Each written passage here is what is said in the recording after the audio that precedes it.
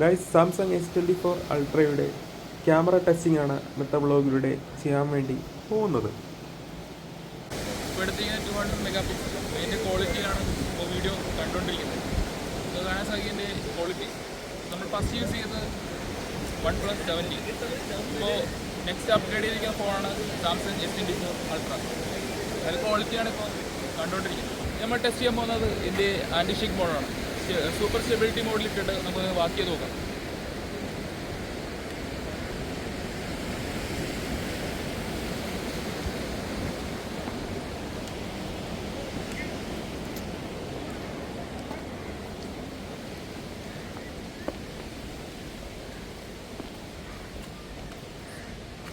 ഇത് നല്ല വെയിലാണ്, എന്നാലും നിങ്ങൾക്ക് ഇപ്പോൾ കാണാൻ സാധിക്കും ഇതിൻ്റെ ക്വാളിറ്റി.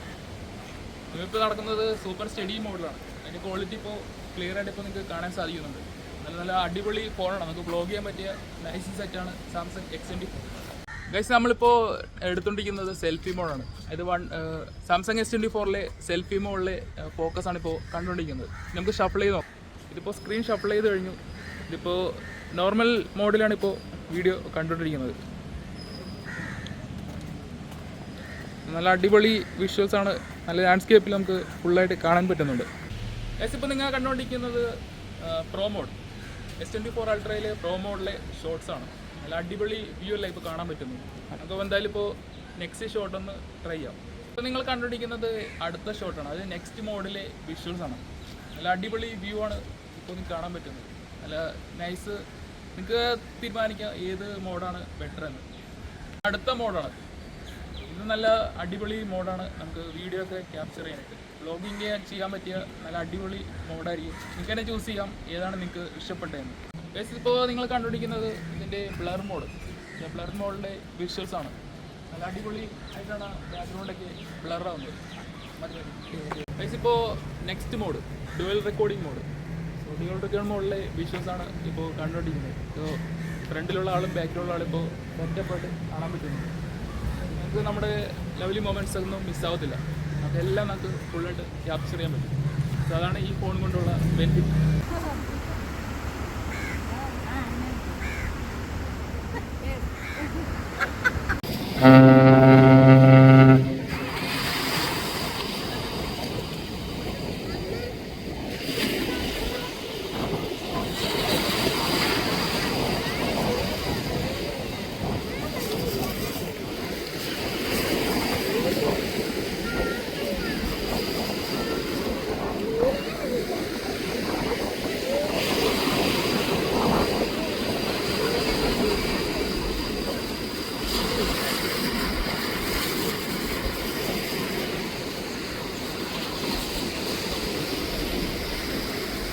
അവിടെ നിന്ന് പോകരുത്. എവിടെ ആളെ മാറണ്ടേ?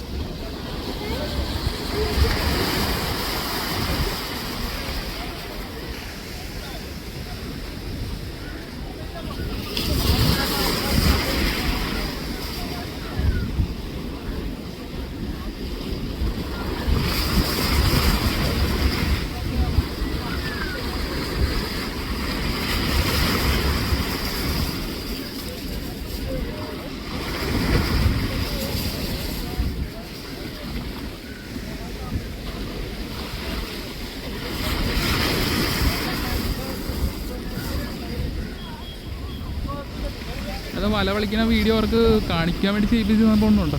എൻ്റെ അമ്മോ, മീനം ചെറുതുണ്ടെന്നോ?